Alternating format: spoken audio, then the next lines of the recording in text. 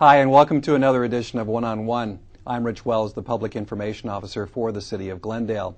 Well, after 33 years of service, longtime Glendale Assistant City Manager Bob McFall retired this past summer.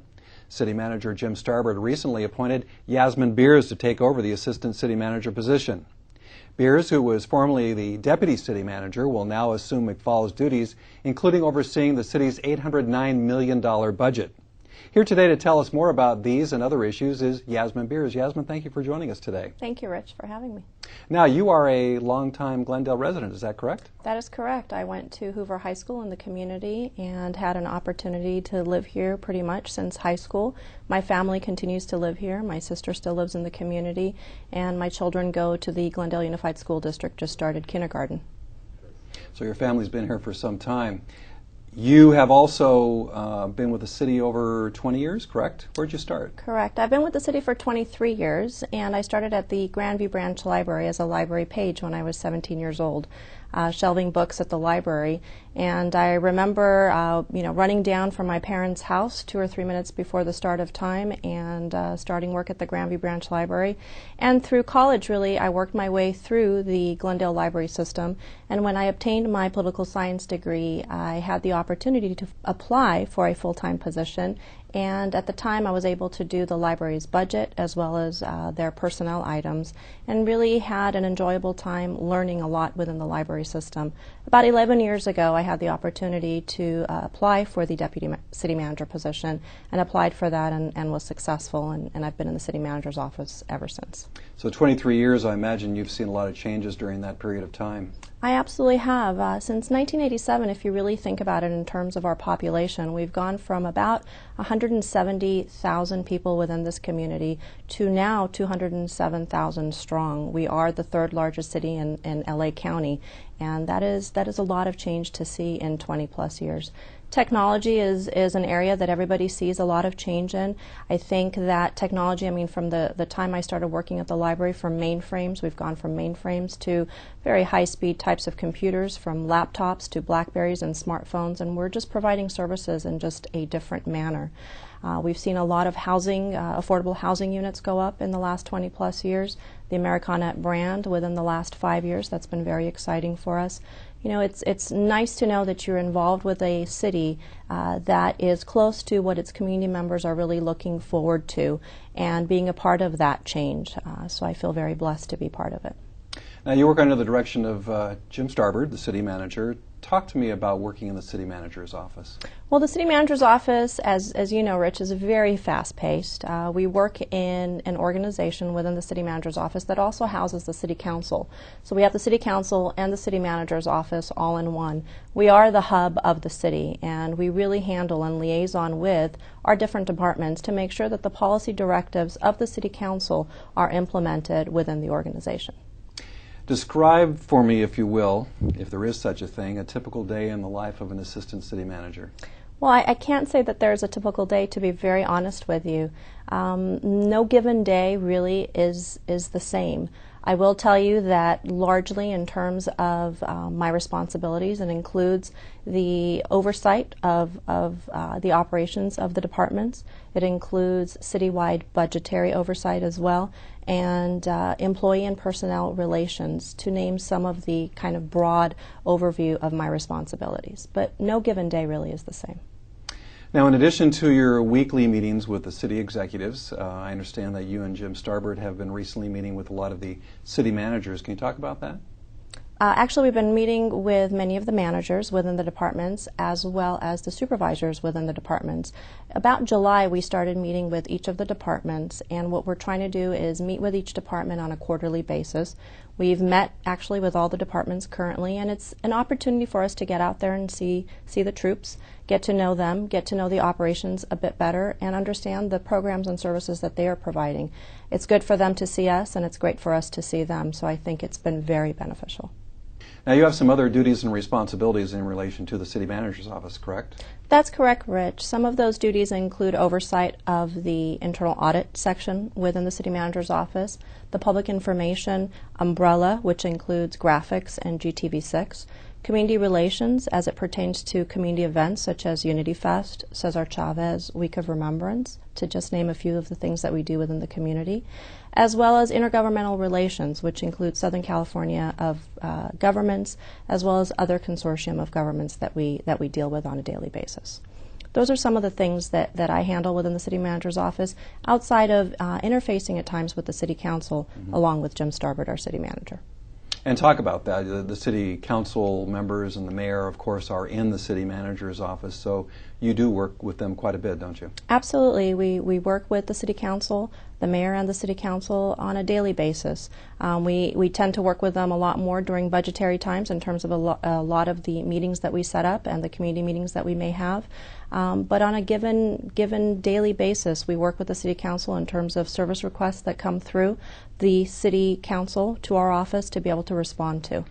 Those are just some of the things that we work on. And a lot of times the city residents and constituents ask questions of the council members, and they seek the assistance of your staff as Absolutely. One of our staff members is solely responsible for responding to those types of issues that community members bring forward. And our staff person is really adept at working with the different departments to really get an answer for the community at large. Now, the Commission on the Status of Women is also basically housed in the city manager's office as well, correct? That is correct, Rich. Christine Babumian, who is the staff person to the Commission on the Status of Women, is the person that really handles the commission duties on a daily basis. Commission members, we have 5 commission members, and they are appointed by the city council members, and they are volunteer positions. And they put out programming as it pertains to women's issues, and really their role is advocacy and education about women's issues at large. Well, I know one of your primary responsibilities is working with the organization on the budget, and I want to talk about that, but we're going to take a break first. We'll be back with more one-on-one right after this.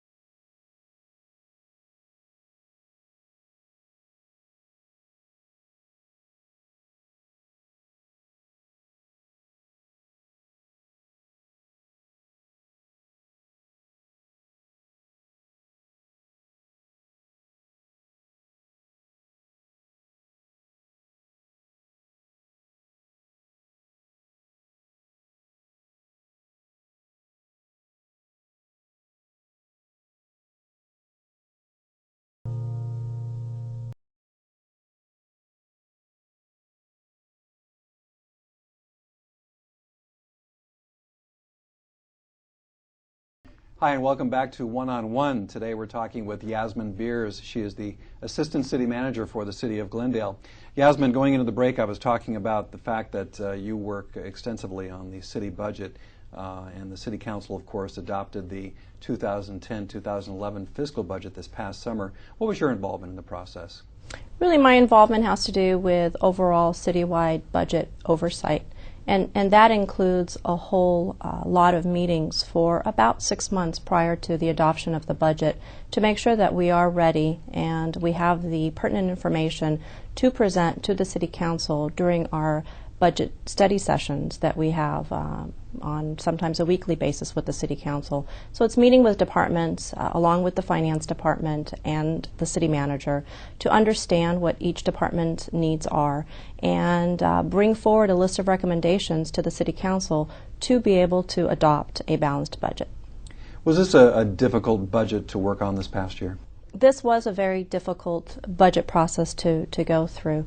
The City of Glendale is not alone in terms of having to deal with very tough budgetary times. All cities across the state have gone through many difficult times to be able to bring forward balanced budgets to their city council members. We have an $809 million citywide budget with a $173 million general fund budget.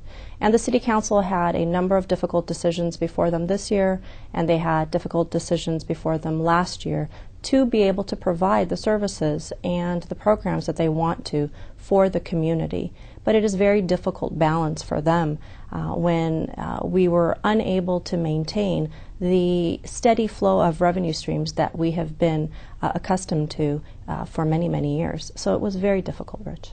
Now this budget reflects a lot of the input the city received during the long-range planning process, which really reflects what the community wants in terms of services, correct? That is correct. If many people remember, and I hope that they do, we went through a long-range financial planning process in terms of community meetings some years back. And we had a number of community meetings within neighborhoods to really reach out to the community and understand from them what types of services that they would want the city to provide for them. And from the community meetings, we were able to ascertain the top 3 issues that were before us: housing, transportation, and emergency response. Really, from the meetings that we had with the community members, we were able to come forward with strategic directions for the City Council to help them implement the budgetary strategies that they have on an ongoing basis year after year.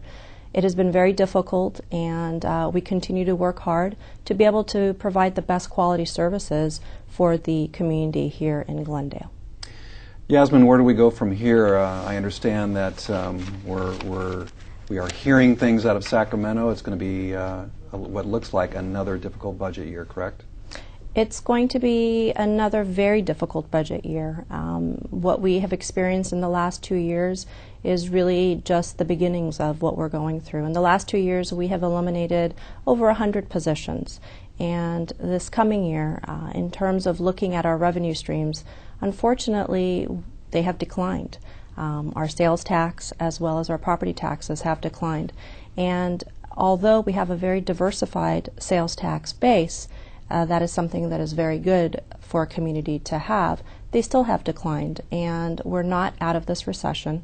We continue to have difficult times before us. And we really have to understand how to provide services for the community and understand what this new norm is for governments. What is the new norm for the City of Glendale in terms of the services that we are to provide to make sure that those core services that the community needs are provided in the best manner possible. Now, let's switch gears a little bit here. You have worked for some time in the area of the emergency response for the City of Glendale. Talk about that and your involvement. Emergency response has been something that I've been involved with since library days, so it's something that I would say is also of interest to me. For me, in terms of responsibility with that, I really liaison with the Emergency Operations Center and the policymakers, the policy group, which are all the department heads from the City of Glendale departments, to be able to really come up with an understanding of what we need to do to be proactive to respond to an emergency, or if it's something that we cannot be proactive about, what are the measures that we're going to take to really mitigate what is before us. So my responsibility in a nutshell has been to really liaison amongst the two groups and make sure that we are as proactive as we possibly can be. Now, this past year, the city responded to, first of all, the station fire, and then after that, the floods that came with it. That was quite a bit. Talk about that, and how it seems as though the city was very prepared to handle the floods when they did come. Absolutely. Once the station fire occurred, we knew that we needed to be proactive in terms of the flooding.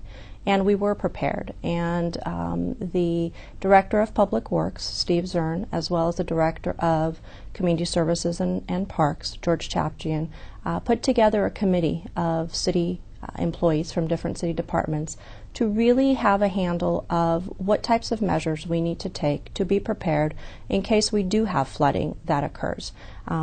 Many measures were taken into account. There were K-rails that were erected, sandbags were distributed. We had a number of community meetings to inform the public about what was happening in their neighborhoods, from street closures to K-rails to sandbag pickup, etc.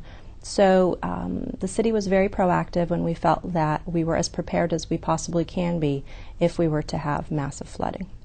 Is the city expecting, or do they believe there may be another threat of flooding again this year? Well, we hope not, but as you know, with the magnitude of a station fire that occurred, we are under the threat of flooding for some years to come. It's not just a 1 or 2 year deal, unfortunately. We do have to be prepared, and we may have flooding instances within the community. So our city departments are back in the mode of meeting again because the rainy season is upon us, and we are communicating with one another, and we'll soon have community meetings if necessary to make sure that the community members are aware of what's happening. Now, the city has expanded its notification procedures during an emergency, and of course there's been a lot of changes in technology. There's a lot of new ways to reach out and communicate with the citizens. You want to talk about that and the changes that have taken place? Technology has been very beneficial in emergency response and in other ways of being able to communicate with the community. We implemented the mass communication system, notification system, about a year ago, and that became very helpful for us to be able to communicate with our citizens regarding possible flooding, street closures, community meetings, etc. within the La Crescenta area. We are able to utilize the mass communication system via cell phone, home phone, work phone, or even email address. So that has been very helpful for us. We are now on Twitter. We're communicating with a demographic that we probably really haven't had the opportunity to communicate with as well as we are now, but we're able to do that through Twitter because that is a very fast-growing way of communication. Of course, we have the city's website that is always up and running, and it is current. We have GTV6. We have information on GTV6 through emergencies, as well as other times in terms of informing the community about what needs to happen, as well as our community hotline that we have in place. The community hotline is in place to be able to communicate with those who may not have access to GTV6, the website, or the like. So technology has been very beneficial. Well, and I know, for example, when we did have the evacuations taking place, that the mass phone system worked very well because the city has the ability to literally focus in on 1 or 2, 3, 4 blocks at a time, correct? Absolutely. The mass notification system is a pretty slick system. It is able to basically communicate with a very definite area of concern, and it proved to be very beneficial to us during the stormy season last year, and we utilized it a number of times. When you look back on this past year, Yasmin, despite the difficult economic times that we've talked about, the city was able to accomplish a great deal in terms of some of the significant projects that it was working on. You want to talk a little bit about that and what the city did this last year? Yes, we were able to accomplish a lot. The city departments did a lot of work in the last year in completing a lot of projects within their departments, to include the complete renovation of the Chevy Chase Reservoir, which includes 14.5 million gallons of water, a very successful project. The realignment of the city departments to include really the entitlement process under the same umbrella within the community planning department, to include building and safety, planning, and zoning issues all under the same umbrella. That really happened with the realignment that we had in place with the city departments. Also, the city council chambers. We renovated the city council chambers. For those of you who haven't had an opportunity to take a look at it, it looks very nice, and that was done in-house by our staff as well. And also the establishment of an after-hours hotline, which is a 24-hour-a-day, 7 days a week hotline for community members to be able to contact city staff to give us information regarding sewer issues to streetlights that may not be functioning. That is something that we implemented just this past year. That is something that we've been wanting to do for some time. The completion of the Fairmont Bridge, which was $44 million. This was the largest public works project we've ever had, and this was made possible because we were able to secure funding from other sources outside of the city of Glendale. Very successful project for us. And also another highlight that comes to mind is ongoing work with the Administrative Office of the Courts as well as the County of Los Angeles for the siding and ultimate renovation of the Glendale Courthouse. That project has been ongoing for many, many years, and we're at a point where we feel that some movement is being made in this area, and we continue to work with the Administrative Office of the Courts, which is a state agency, as well as the county, to hopefully have a new Glendale Courthouse coming up here soon. It is important to note that these are just a few highlights of what was completed in the last year. Many of our other departments have completed many, many projects that we're very proud of, from libraries to community services and parks to public works, fire and police, Glendale Water and Power. It is important to note that all of the men and women within the organization are committed to providing the best quality services for the 207,000+ members of this community, and I'm very proud to be associated with them. Well, Yasmin, it's been a busy first few months for you as the new Assistant City Manager for the City of Glendale, and I'd like to wish you the best of luck in your new position, and I'm sure you're going to do a great job. And thank you for joining us today. Thank you, Rich, for having me. I'll be back with some closing comments right after this.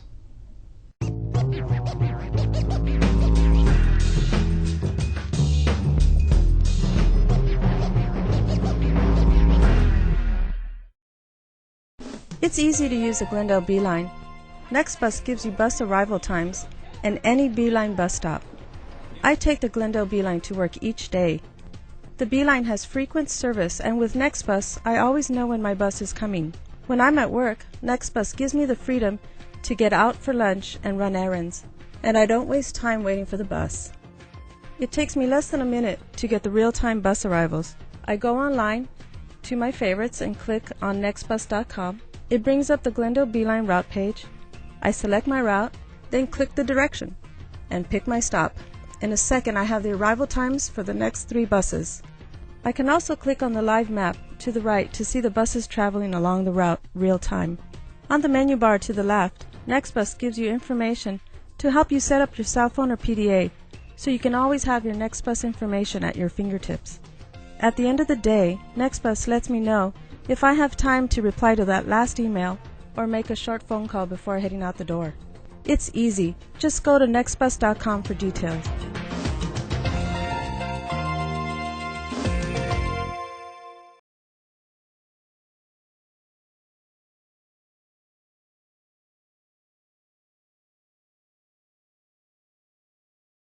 Hi, and welcome back to One-on-One. Well, today's One-on-One marks my last program for GTV6. I'd like to thank all the city employees and other guests who have appeared over the years on One-on-One. It is my hope that these interviews have given you some insight into the city and the men and women who help make Glendale the envy of communities throughout the state of California. I'd like to also thank the GTV6 staff for all their hard work. I'm confident they will continue to keep the public informed through programs like this. And last but not least, I'd like to thank you, the people of the city, who make Glendale the richly diverse community that it is. Best wishes, and thank you.